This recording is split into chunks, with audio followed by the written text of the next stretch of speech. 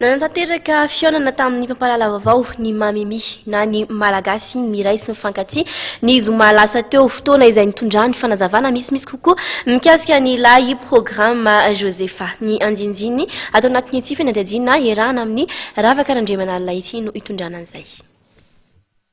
Ny fahafahana mitrandraka ny arem-pirenena araka ny tokony ho izy izay fototra hitondra amin'ny fampandrosoana moa no fototra hijoroany programma Josepha izay tetikasa mpiarahamonina ny volavolainy fikambanana Mamimi na ny malagasy miray sy mifankatia entina hitondrana ny firenena. Mitaky olona mandala ny fahamarinana sy manana fadiovam-panahy ny fampiarana io programma Josepha io. Takiny ity programma Josepha ity ihany koa ny fandalana malagasy ny fihavanana sy fifankatiavana araka nambarana Andriamatoa Asina Rakotoartif kandida ao amin'ny fifidiana filoham-pirenena ho an'ny fikambanana Mamimi.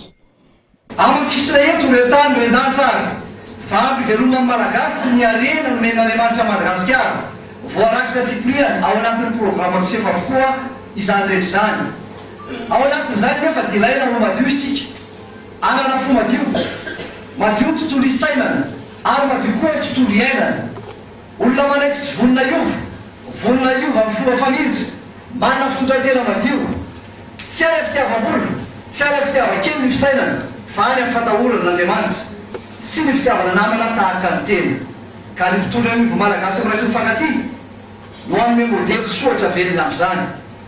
Ny antsony mpitondra sy ireo amin'ny androm-panjakana samihafa eto amin'ny firenena mba ampitsahatra ny adila politika sy ny fifaninjehana ary ny endrika fiantsiana samihafa ny Mamimi ho tombotsoa ambony ny firenena.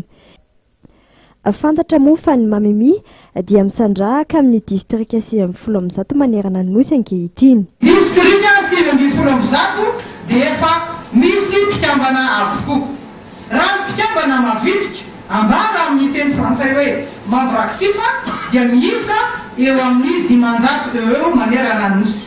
Fa ny olona nankasitraka ny fampiasana anjara ataon'ny Mamimi no ny amin'ny asa tanterahany indrindra ny amin'ny fahafantaran'ny olona ny atao hoe programma Josepha ireo zany ny sympathisant dia betsaka mba tsy lazana hoe maro dia maro. Marihana fa ny fiandohan'ny volana Novambra 2024 no nanambara tamin'ny fomba ofisialy ny kandida atolona amin'ny fifidiana filoham-pirenena amin'ny volana May ho avy izao ny Mamimi dia Andriamatoa Asina Rakotoartif zany.